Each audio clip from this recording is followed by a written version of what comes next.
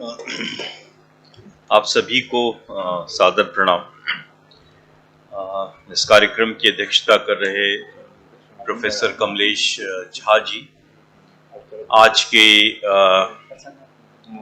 मुख्य वक्ता प्रोफेसर कृष्णकांत शर्मा जी, रविदत्त त्रिपाठी जी, हरिहृदय अवस्थी जी और इस केंद्र के समन्वयक प्रोफेसर उपेंद्र त्रिपाठी जी।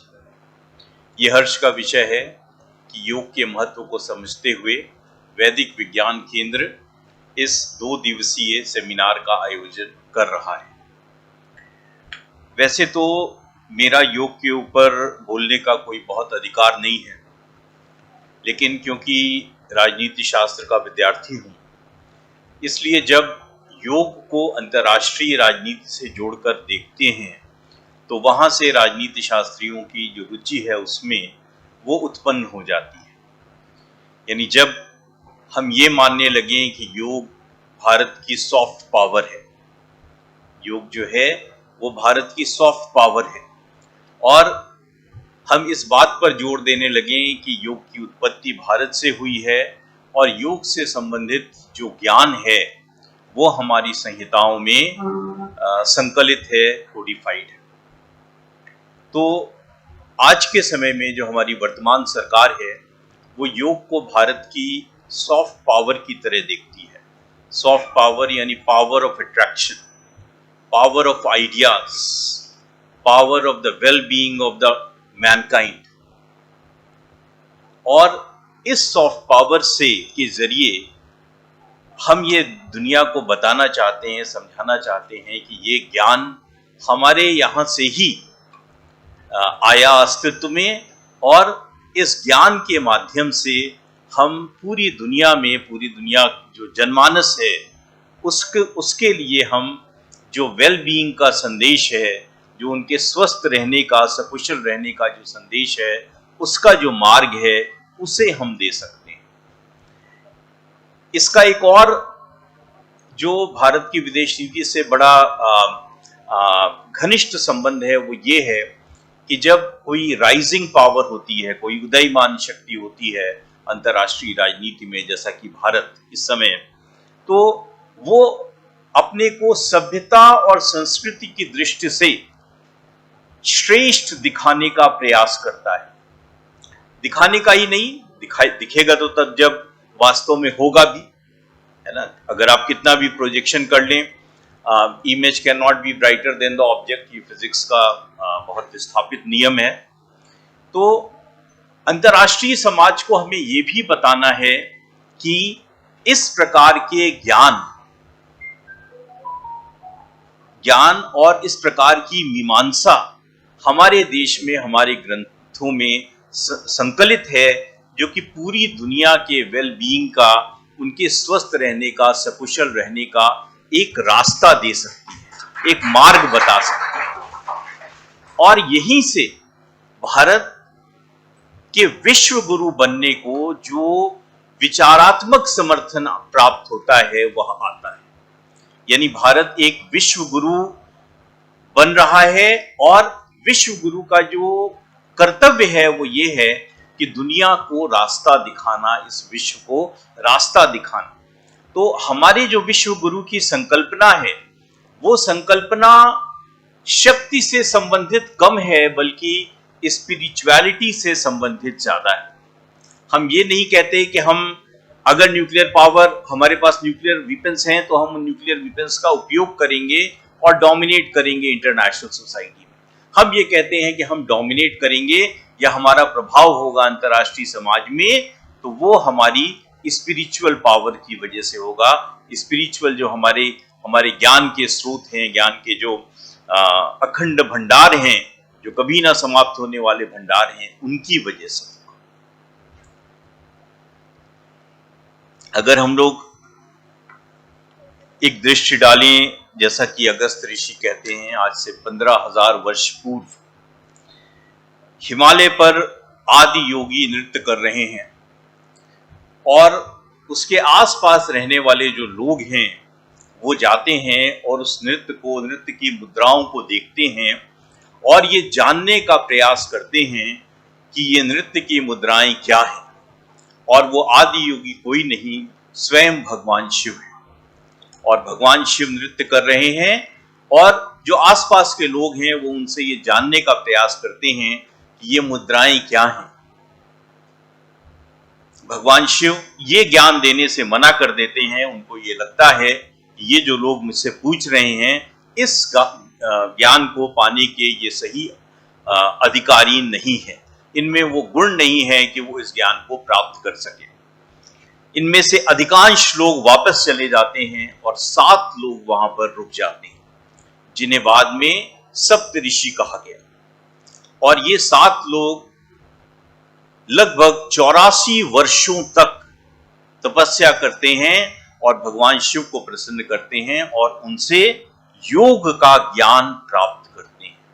वो जो मुद्राएं थी, वो जो नृत्य की मुद्राएं थी, उसमें जो योग छुपा था उसका ज्ञान प्राप्त करते हैं।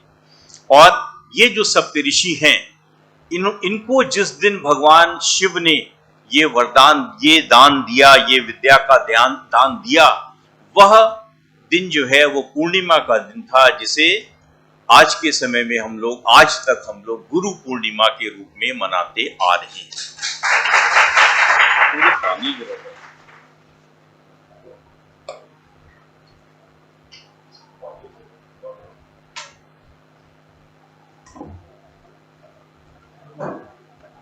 इसको हम लोग आज तक मनाते आ रहे हैं।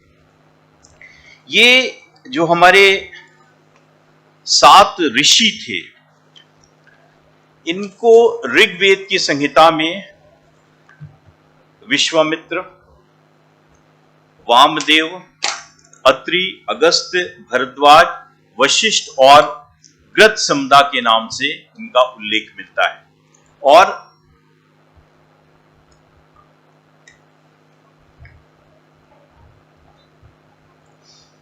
इसमें अगस्त ऋषि को यौगिक साइंसेस को पूरे इंडियन सब कॉन्टिनेंट में फैलाने का उनका जो श्रेय है वो अगस्त मुनि को दिया जाता है कि उन्होंने जो भगवान शिव से ये ज्ञान प्राप्त किया, इस ज्ञान को उन्होंने पूरे भारतीय उपमहाद्वीप में फैलाया। और ये माना जाता है कि उन्होंने उस समय कोई गाड़ियां या जेट विमान तो होते नहीं थे, लोग अपने पैदल यात्राएं करते थे, पैदल यात्राएं करके चलते थे। और जिस प्रकार से अगस्त्य मुनि ने वर्णन किया है कि वो कहां कहां गए, तो वो उससे आप उनकी आयु का अनुमान लगा सकते हैं कि उनकी आयु किसी भी तरह से 3 से लेकर के 350 वर्ष से कम नहीं रही। तभी कोई व्यक्ति पूरे भारत में, सुदूर भारत में जाकर के इस प्रकार से भ्रमण करके योग का जो ज्ञान है वो दे सकता है। अगस्त ऋषि के बाद जो एक महत्वपूर्ण नाम आता है जिसने योग के विज्ञान को पूरे देश में हर जगह फैलाया, वो पतंजलि थे, ऋषि पतंजलि। और उनको जो मॉडर्न योगिक साइंसेस है उसका पिता भी कहा जाता है। और उन्होंने योग सूत्र में कोडिफिकेशन का काम किया, संकलन का काम किया, यानी वो ज्ञान योग से संबंधित जो जगह जगह फैला हुआ था उसको उन्होंने एक जगह योग सूत्र में बांधने का काम किया। एक और इसी से संबंधित जो आपको, जैसे आप सभी लोग बहुत ज्यादा जुड़े भी हुए हैं और सब जानते भी हैं इस ज्ञान को, वो ज्ञान था जो भगवान कृष्ण ने गीता में दिया। बुद्धि युक्तो जहाति उभे सुकृत दुष्कृते तस्माद योगाय युजस्व योगः कर्मसु कौशलम्।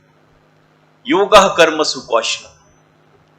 और ये जो पंक्ति, ये जो शब्द है, ये जो समुच्चय है योगः कर्मसु कौशलम्, ये देश के अनेक बड़े बड़े विश्वविद्यालय और संस्थानों के एम्बलम में यूज किया गया और उसकी जो है वो मुख्य पंक्ति बन गया। जैसे IIT खड़गपुर को अगर आप देखें तो ये पहला IIT था देश का, और इस समय जो रैंकिंग है उसमें वो दूसरा IIT है, IIT बॉम्बे के बाद।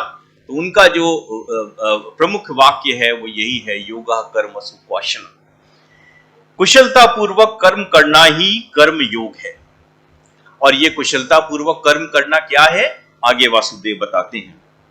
ध्यायेतो विषयाय पुंसः संगस्तेषु संजायते, संगात संजायते कामः, कामात् क्रोधोपजायते, क्रोधः भवति सम्मोहः, सम्मोहात् स्मृति विभ्रमः, स्मृति भ्रंशात् बुद्धिनाशो, बुद्धिनाशात् प्रणश्यति। या कर्मण्येवाधिकारस्ते, इससे आप सभी परिचित हैं। और 38वें श्लोक में द्वितीय अध्याय के भगवान कृष्ण कहते हैं, सुख दुखे समे कृत्वा लाभा लाभो जया जयो, तथो युद्धाय युजस्वम नैवं पापम वाप्स्यसि, हतो वा प्राप्स्यसि स्वर्गम जित्वा वा भोक्ष्यसे महीम, तस्मात् उत्तिष्ठ कौन्तेय युद्धाय कृतनिश्चय। ये जो है, ये कुशलता पूर्वक कर्म करना है। जब आप लाभ और हानि, जय और पराजय, पृथ्वी का राज्य मिले या स्वर्ग मिले, इसमें आप अपने को समान मानते हैं, इक्वानिमिटी को आप मेंटेन करते हैं, तो यही योगः कर्मसु कौशलम् है। ये जो योग है, ये भारत में मॉडर्न टाइम्स में, आज के समय में 20वीं शताब्दी में परमहंस योगानंद जी ने, BKS अयंगर ने, के पट्टाभी ने, DKS देसिकाचार्य ने, इन लोगों ने इसको पूरे विश्व में फैलाने का काम किया, अपने अपनी तरह से फैलाने का इसको काम किया। लेकिन जब ये योगा भारत से निकल करके, ये योग भारत से निकल करके पश्चिम के देशों में गया, तो इसका एक अलग रूप सामने आया। और वो अलग रूप ये हुआ कि योग जो है, इसका कॉमोडिफिकेशन हो गया। इसको एक कॉमोडिटी, एक वस्तु के रूप में मान करके इसका व्यापार शुरू हो गया कि किस तरह से कोई शिक्षा देगा और शिक्षा के बदले में वो धन लेगा। और इसके साथ ही जो स्पिरिचुअलिटी, इंडिया का जो योग था, उसमें जो स्पिरिचुअलिटी जुड़ी हुई थी, उस स्पिरिचुअलिटी को हटा करके वो केवल एक फिजिकल एक्सरसाइजेस के फॉर्म में वो US में और यूरोप में प्रचारित होने लगा और लोकप्रिय होने लगा। तो वहां के लोगों को यही लगने लगा कि यही सचमुच में योग है, ये कुछ नहीं है बल्कि एक केवल फिजिकल एक्सरसाइज है। और स्पिरिचुअलिटी और इस तरह की चीजों से उनका कोई बहुत ज्यादा उनको इसका अनुभव नहीं प्राप्त हो पाया, या वो इसको सीख नहीं सके। एक विक्रम चौधरी नाम के भारतवंशी थे, जिनका हॉट योग बहुत बहुत प्रसिद्ध हुआ, और इन्होंने एक ये प्रयास किया कि योगा की 26 मुद्राओं का पेटेंट कराने का प्रयास किया। तो ये भारत सरकार के लिए एक बहुत बड़ा झटका था कि हमारे ज्ञान को, जो ज्ञान हमारे यहां से निकला, उसको अमेरिका में रहने वाला कोई भारतवंशी या अब एक अमेरिकी नागरिक उसको पेटेंट कराने का प्रयास कर रहा है। तो यहां से भारत सरकार ने 2001 में इसकी भी जो नींव थी वो अटल जी की सरकार के समय रखी गई। एक ट्रेडिशनल नॉलेज डिजिटल लाइब्रेरी बनाई गई, और ये इंडिया की जितनी भी ट्रेडिशनल नॉलेज थी उन सब का ब्यौरा वहां पर दिया गया, डिस्क्रिप्शन वहां पर दिया गया, ताकि भविष्य में कोई इंडिया के नॉलेज सिस्टम को अपने नाम से पेटेंट ना कर सके। और कुछ जैसे और समय है ना उपेंद्र जी, तारा स्टाइलस ने एक किताब निकाली, एक वो DVD थी उनकी, स्लिम काम सेक्सी योगा। जिलियन मिचेल्स ने योगा इन्फर्नो करके एक DVD तैयार की। तो इस तरह से योगा का जो रूप हम चाहते थे वो रूप हमारे सामने नहीं आ रहा था। इसलिए बहुत आवश्यक था कि भारत सरकार इसमें हस्तक्षेप करे, और ये काम दिया गया Indian council for cultural relations को, ICCR को, कि जहां जहां ICCR के कल्चरल सेंटर्स हैं वहां पर वो अपने योगा के जो क्लासेस हैं शुरू कराएं, और वो एक प्रामाणिक योगा जो कि भारत से गया हुआ है, वो प्रामाणिक योग जो है वो पूरी दुनिया में उसको फैलाने का कार्य करें, जिसको कि Indian council for cultural relations अभी कर रही है। और 21 जून जो परसों आने वाला है, और इसी के संदर्भ में ये कॉन्फ्रेंस सेमिनार हो रहा है, तो उसमें उसको करने के लिए प्रधानमंत्री मोदी ने इनिशिएटिव लिया और दुनिया के 100 से ऊपर देशों से उनको समर्थन मिला और 21 जून को अंतर्राष्ट्रीय योगा दिवस के रूप में निर्धारित हुआ। और ये प्रधानमंत्री मोदी की और भारत की विदेश नीति की बहुत बड़ी जीत थी कि हम दुनिया को ये बता पाए कि योगा का जो उदय है या योगा का जो स्टैंडर्ड फॉर्म है वो भारत में ही बना, भारत से ही प्रचारित हुआ। और योगा का जो कॉमोडिफिकेशन है या जो उसका विकृत रूप है या ऐसा रूप जिसमें स्पिरिचुअलिटी नहीं है, वो जो है वो सही योगा नहीं है या वो प्रामाणिक योगा नहीं है। तो इन्हीं शब्दों के साथ मैं अपनी बात को समाप्त करता हूं। धन्यवाद।